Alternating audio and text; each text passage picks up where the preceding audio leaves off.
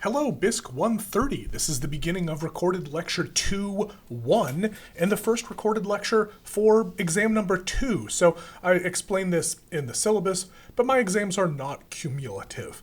So as we go forward, starting with the material for exam number 2 in this lecture, I'm going to obviously, refer back to stuff that we've talked. I'm going to mention proteins and lipids and things like that, but I will never test you on the precise details of things that we covered for exam number 1 in exam number 2 or 3 or any of that stuff going forward. So, but like I said, I will refer back to stuff, including things like this, the cross-section of a plasma membrane. We've seen this before, but now we have an entire chapter that is dedicated just to the details of the plasma membrane and how it works. So we're going to look at this, more closely in this chapter. So this is a lipid bilayer, but there's way more to it than just these lipids. The plasma membrane is described by something called the fluid mosaic model. Kind of a clumsy phrase here, but yeah, we could describe this structure as a fluid mosaic. So there are two words here, the word fluid and the word mosaic. Let's look at the word mosaic first. If you're not familiar with this, mosaic is actually something from the world of art. A mosaic, like this piece of artwork here, is a bigger picture that is created by putting together smaller little tiles or beads or smaller individual components put together to make an overall big picture. The reason why we're using mosaic to describe the plasma membrane is because it's a bunch of different components, not just phospholipids, many different tiles all put together to make this overall big picture. So it's mosaic because there are many different components. So we can look at these components now. Let's list them out. Obvious starting point, phospholipids, these little things with the one red head and the two hydrophobic tails down here. Lots of those here. Phospholipids form the basic bilayer, but we've got other stuff going on. Phospholipid bilayer, sort of labeled here. This should look familiar. Again, referring back to the earlier chapters where we talked a lot about lipids and phospholipids and stuff. Obviously, very important part of the overall membrane. But we've got other stuff. We also have cholesterol. Hey, this is also a callback to an earlier chapter when we were talking about steroids. We mentioned cholesterol, but here we can see it in the context of this plasma membrane. There's cholesterol, there's another one. These things stabilize the overall bilayer. So there aren't as many of these as there are phospholipids, but they're very important components in giving stability to this. So cholesterol stabilizes bilayer. We also have proteins.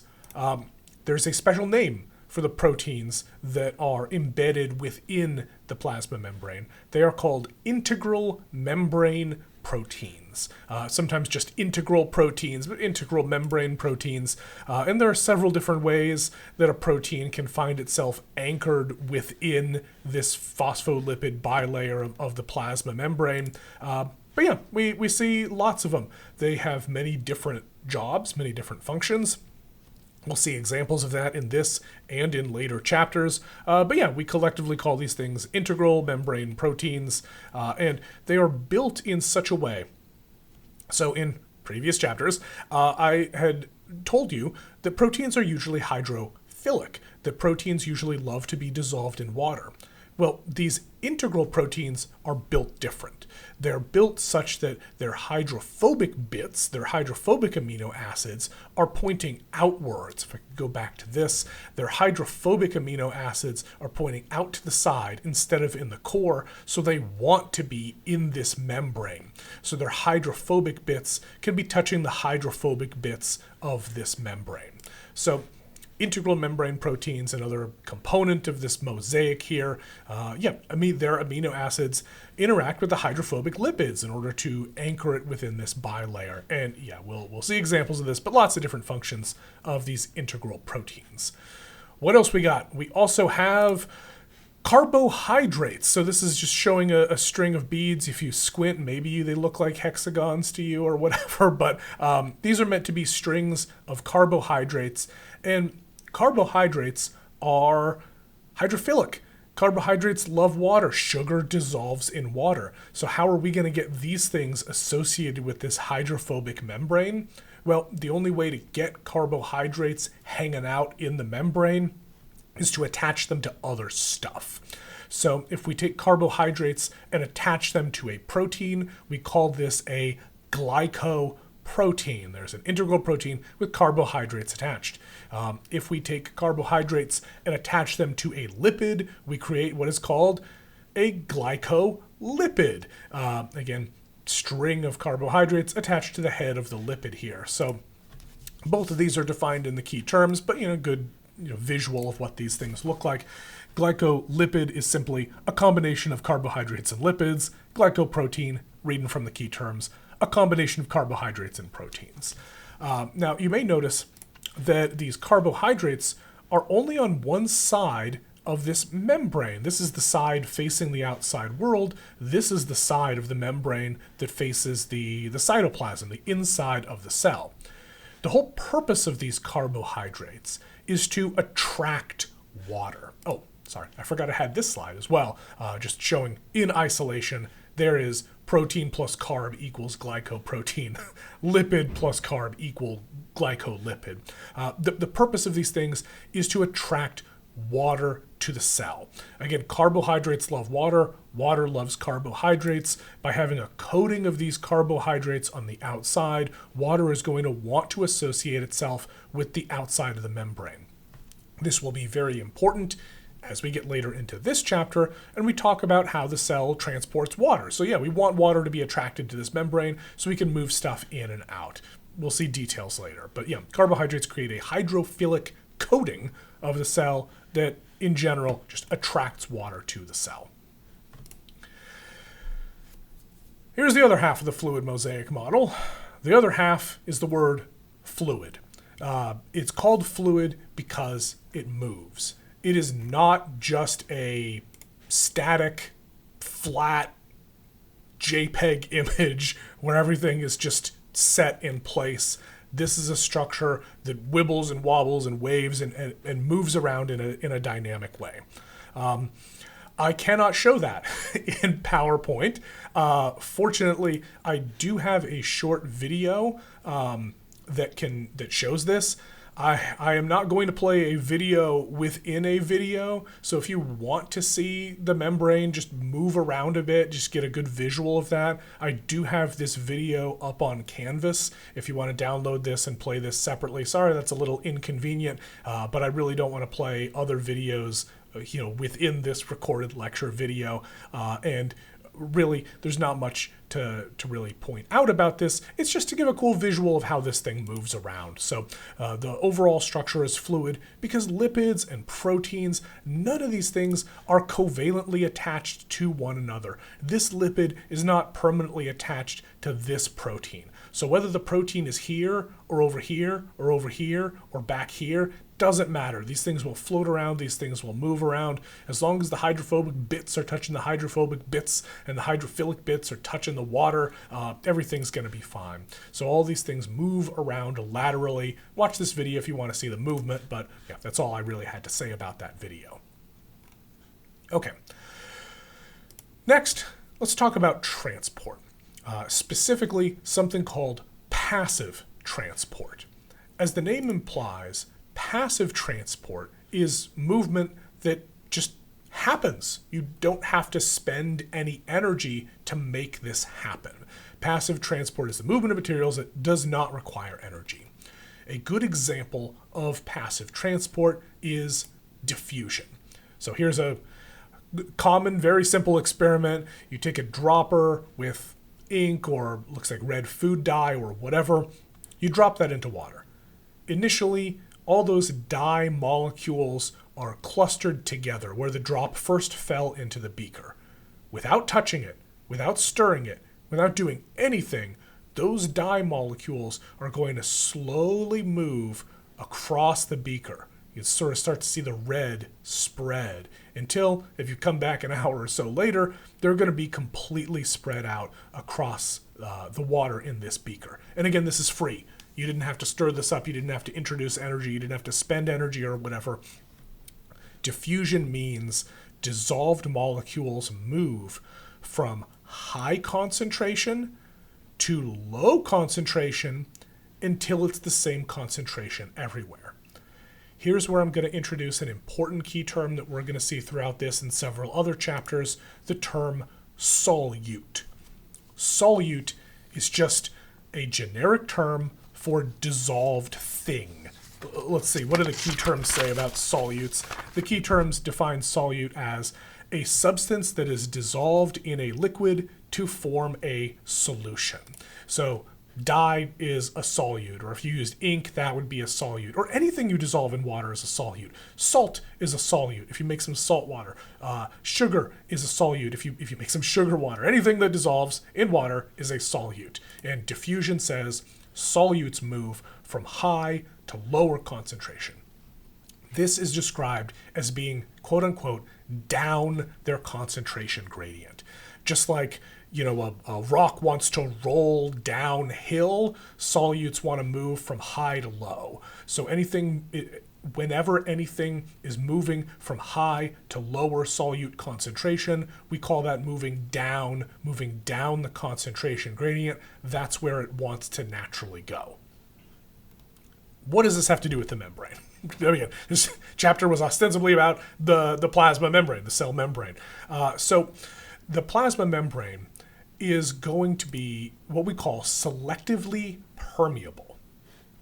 What that means is that some atoms and molecules can freely move from one side to the other, just cross it, going wherever they want to go, from higher to lower concentration.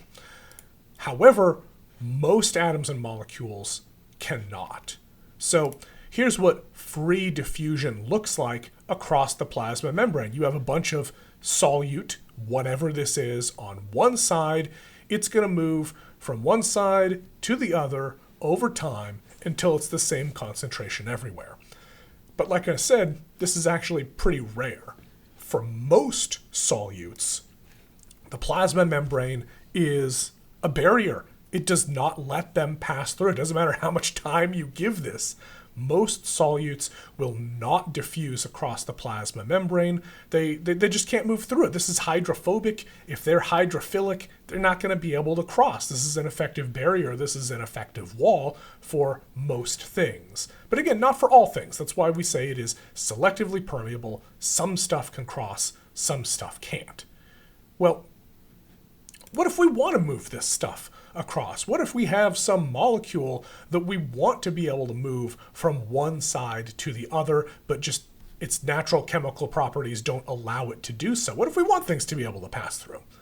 Well, if we want things to be able to cross this barrier, we can do something called facilitated transport.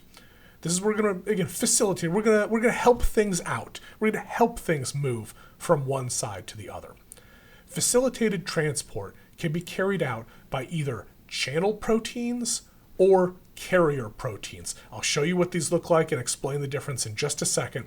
Either one of these things allow for the movement of solutes across the plasma membrane down their concentration gradient.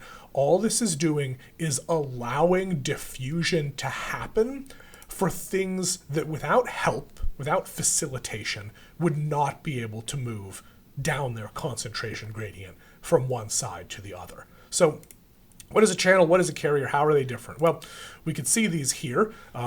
Protein channel labeled here. I don't think there's a carrier labeled here, but yeah, there's some of these integral proteins. Here is a channel in action. The channel is really just like a pore, really just like an opening. It freely allows whatever this specific molecule is to move from one side to the other. Now, this is showing it moving from the outside to the inside, but which direction this molecule goes depends on the concentration gradient. Whether it goes into the cell or out of the cell, it could go either way. It's just going to go from high concentration to low concentration until things equal out. So the key terms define a channel protein. If we want a more formal definition, but this is a great figure showing the stuff moving. The key terms define a channel protein as a membrane protein that allows a substance to pass through its hollow core across the plasma membrane. Okay, so how is a carrier different? Well, here's a similar figure showing how a carrier works. They're both doing facilitated transport. The carrier is going to bind this atom or molecule, change its shape a little bit, and then release it on the other side of the membrane. And once again, we have a figure that's showing movement from the outside to the inside, but it could go either way. It's just going to move stuff from high concentration to low concentration, wherever that may be. So channels are going to move stuff quickly because they just flow straight through this hollow pore. Carriers have to load things up, move them, change their shape, and then release them on the other side. Pick them up and then put them down. So this causes carriers to be slower than channels. Channels are usually pretty fast. Carriers have to be more deliberate, grabbing one or sometimes two, changing their shape, releasing them, and then repeating the process. So carriers are also defined in the key terms.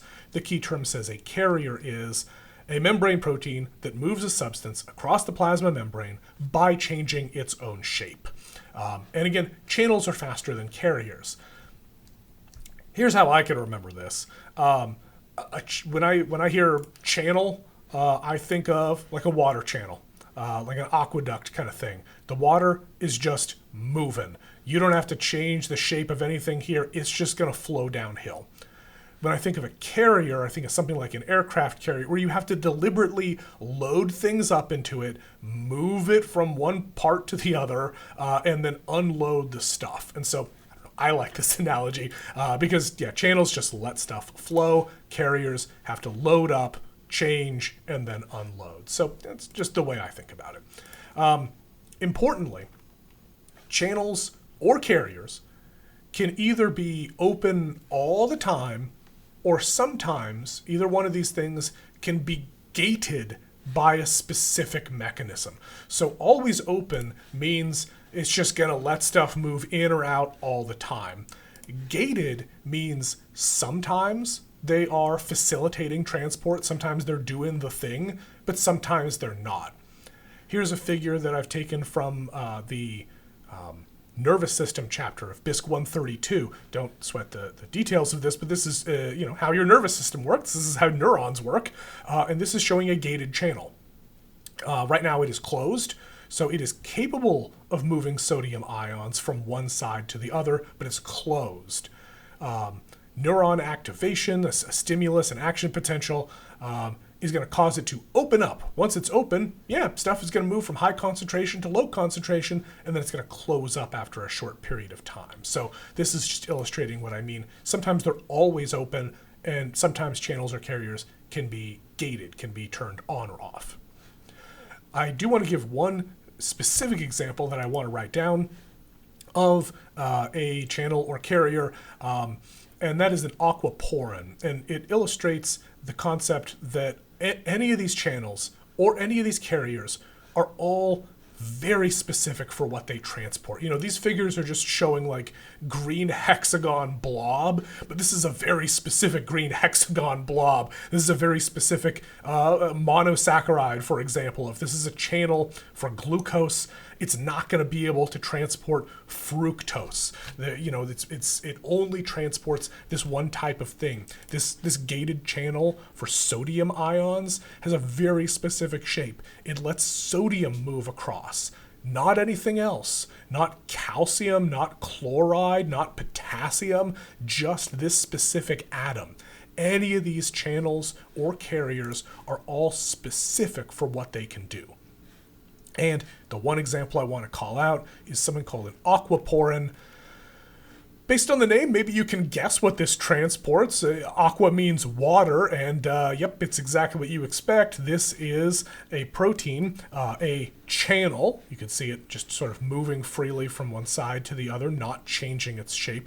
This is a channel that allows water to move from one side of the cell to the other. And again, I always like to, when I can, point out that these proteins are not just little blobby cartoons. They have these complicated three-dimensional structures. Here's our ribbon diagram of an aquaporin. But yeah, the key terms define an aquaporin as a channel protein that allows water through the membrane at a very high rate.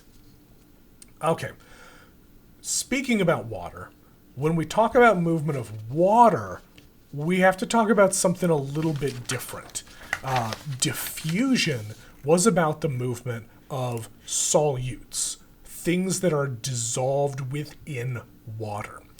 If we want to talk about water itself moving, we need to talk about osmosis. So, in order to see osmosis, we have to have this kind of situation where we have a semi-permeable membrane dividing this beaker, or whatever it is, into two sides. So this semi-permeable membrane allows water to do whatever it wants, but this membrane is blocking the movement of all the other stuff. We know if that membrane wasn't there, diffusion would say this molecule, whatever it is going to move from high concentration to low concentration until it's equal everywhere. We know that's how diffusion works, but the membrane says no diffusion. The solutes cannot move from one side to the other, but the water can. What osmosis is the movement of water across a semi-permeable membrane, just like this, from an area of low solute concentration to an area of higher solute concentration. So if we start like this, after a while, we're going to end up like this. The solutes have not moved, they can't, but the water has moved from this area where the concentration was low to the area on the right where the concentration of solutes was higher. So I want to, not in the key terms, I'm writing this full thing out.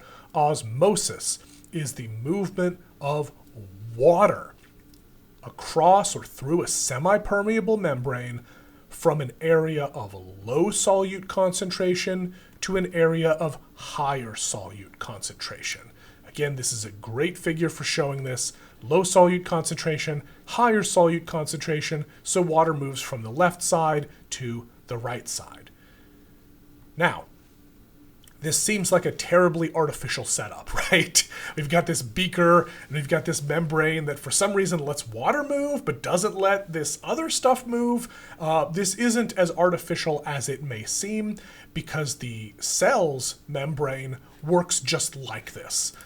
Because of the universal presence of aquaporins in virtually all cells are going to allow water to move across the membrane from one side to the other. And even though we have, channels and carriers and stuff to move solutes, most solutes cannot move from one side to the other. So yeah, we're going to have situations like this all the time when we're talking about cells. The plasma membrane itself is exactly this kind of semi-permeable membrane. So to summarize that, due to these aquaporins, the plasma membrane lets water move via osmosis, either in or out of the cell. So whether that water is going to move into the cell or out of the cell depends on where the solutes are. Water is just going to move from low solute to high solute concentration. That could be into the cell, that could be out of the cell. It just depends on where the solutes are. So yeah, movement depends on the amount of solutes in the cell and in the surrounding solution, the stuff around the cell. That gives us, where the water is going to move, whether it's going to move in or out. That gives us three different scenarios here. So let's number these. Number one is what we call a hypotonic solution. In a hypotonic solution, the surroundings, the fluid around the cell, has fewer solutes than the cell has on its inside. Water always moves from low solute concentration to high solute concentration. So if there are not a lot of solutes in the outside world, that means the water is going to move into the cell. Here's an example of this. This is an animal example using our red blood cells. And yeah, if you take red blood cells and you plop them into pure water, which has a very low solute concentration, water is going to move from low solute concentration to higher solute concentration. It's going to move into the cell. That's going to cause them to swell up like a balloon and pop and burst. This is bad. This is not great. We as animals do not want our cells into, in a hypotonic solution. We do not want them in a solution with very few solutes. It's going to cause them to, swell, and they can burst. This is very bad for animal cells. However, it's actually very good for plant cells. So you may remember from the previous chapter, I know it was for exam number 1, but animal cells had an extracellular matrix sort of protecting their outside shell. Plant cells have a very strong cell wall. They can handle this pressure. If they have water actively flowing into the cell, filling it up, causing it to swell, they're not going to burst. They're too strong. The cell wall is too durable. In fact, plants love this. It's what gives them what's called turgor pressure. So yeah, if you've got a houseplant looking like this, obviously it's not doing too well. If you give it water, you put the roots in a situation where they're surrounded by pure, clean, fresh water. Plant's going to perk up like this. They rely on this hypotonic solution for that pressure to look healthy and to have their leaves stand up. So all I'm going to say is this hypotonic solution where water is moving into the cell is bad for animal cells but good for plant cells. What about the opposite? The opposite of a hypotonic solution is called a hypertonic solution. This is where the surrounding fluid has more dissolved stuff than the inside of the cell. Water always moves from low solute concentration to higher solute concentration. So if there's a bunch of stuff in the outside fluid, water is going to move out of the cell into that outside fluid. That's going to cause the cells to shrivel up. And yeah, here we can see some red blood cells looking pretty sunken and shriveled as all that water exits and moves into the surrounding solution. That is bad. Here's the plant. It's bad for the plant as well to lose all this water. So hypertonic solutions are, universally just bad for cells. Now, you may think that's the only two possibilities. Either it moves in or it moves out, but I said there were 3. The third one is called an isotonic solution. That's where the surroundings have the same amount of solutes as the inside of the cell. It's balanced. It's not necessarily the exact same molecules as the inside of the cell, but just the total amount of dissolved stuff is about the same inside the cell versus outside the cell. So there's going to be no net movement of water. And here's what it looks like for animal cells. A little comes in, a little comes out, but yeah, no net movement of water here. It's equal solute concentration on either side of the cell membrane, inside versus outside. This is what we want. This is what animal cells want. Not great for plants. Again, they really want the turgor pressure of this hypotonic solution, so this is not great for them, but isotonic is where we want to be. So isotonic solution, good for animal cells, bad for plant cells. Now, one last thing about these. Bit of a side note here. Throughout this course, this may be the first time this has come up, but throughout this course, there will be terms that look really similar to one another. I'm referring to the term hypotonic and the term hypertonic. They will be next to one another in my multiple choice exams, so knowing which one is which is obviously going to be very important. How you do that is up to you. Here's my piece of advice. Usually it's a dumb piece of advice to remember how to not get two very similar words confused with one another. To me, I look at hypotonic solution, I see that O, the lowercase o at the end of hypo. That makes me think of the animal cells, the red blood cells. They're swelling up like a balloon, just like this O right here in hypo. In contrast, hyper doesn't have an O, it has an E, and this loop part of the E is much smaller than a lowercase o. That reminds me of these shriveled up cells, which is exactly what happens to animal cells within a hypertonic solution. So again, maybe a dumb way of remembering the difference, but for this and so many other things that we're going to see throughout this quarter, it's always very important to not get two very similar words mixed up with one another. You just need to come up with some sort of visual trick or whatever, and I'll offer up my suggestions if I have them to remember the difference and not get them mixed up. Okay, moving on. All this was free. This movement of water was free. We're not spending energy on this. Diffusion was free. We weren't spending energy on this. All this fell under the category of passive transport. Diffusion and osmosis, they were underneath this category of passive transport.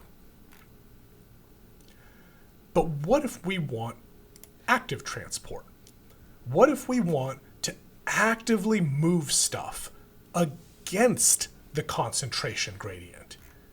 If this is some sort of valuable molecule, if I can go back to this figure, if this is some sort of valuable molecule, an amino acid or a sugar, some nutrient, something we really want, if we're relying on diffusion, passive transport, once you get to 50-50, it's going to stop moving. You're not going to move anymore once it gets to equal concentrations on either side. We don't want to get just 50% of the nutrients from our food and, poop out the rest of it. We want to grab as many of these valuable molecules as possible. But if we want to grab as much as possible, that's going to cause us to have to spend energy. That's where we come into active transport. Active transport is the movement of materials that requires energy. Again, kind of the opposite of passive transport. Active transport, importantly, moves materials against their concentration gradient from a low concentration to a high concentration, kind of like moving something uphill, which obviously takes energy to do. Low concentration to high concentration. Now, this active transport can be a few molecules or a few atoms at a time, one at a time or a few at a time. There's a lot of transport in the nervous system. I keep pulling things from that chapter in BISC132. But yeah, here's an example of active transport from the nervous system, where this active transport pump is moving 3 sodium atoms from the inside of the cell to the outside of the cell. There's already a lot of sodium on the outside, so we're pushing this against its concentration gradient from low concentration to high concentration, and it's costing energy. Ooh, we'll talk more about ATP before you know it. But yeah, it's spending this ATP. It's costing energy to move 3 sodium out of the cell. It's also moving 2 potassium into the cell, also against its concentration gradient, from low concentration of potassium to high concentration of potassium, spending energy to do that as well. So this is just illustrating the point that you can do active transport with a couple atoms or molecules at a time. Or you could do active transport in bulk processing. So bulk transport is a type of active transport. Sorry if this is getting confusing. I'm trying to make this clear. Bulk transport is a type of active transport where we're moving either big things or big quantities of things, not just like 2 or 3 at a time. So active transport of large structures or large quantities of things. Within this, there are 2 types of bulk transport. One of these is called endocytosis. Endocytosis is where materials move into the cell. Let's see, what do the key terms have to say for endocytosis? A type of active transport that moves substances into a cell. Okay, that's easy enough. Stuff is going to enter in vesicles or vacuoles. Oh, hey, so here's a large particle. It's doing endocytosis, coming into the cell. Bam, we got a vacuole. Here's some stuff coming into the cell. We got a vesicle right there. Call back to the previous chapter. So stuff enters in vesicles or vacuoles. Within this, there are two types of endocytosis. Phagocytosis and pinocytosis. They were both illustrated here.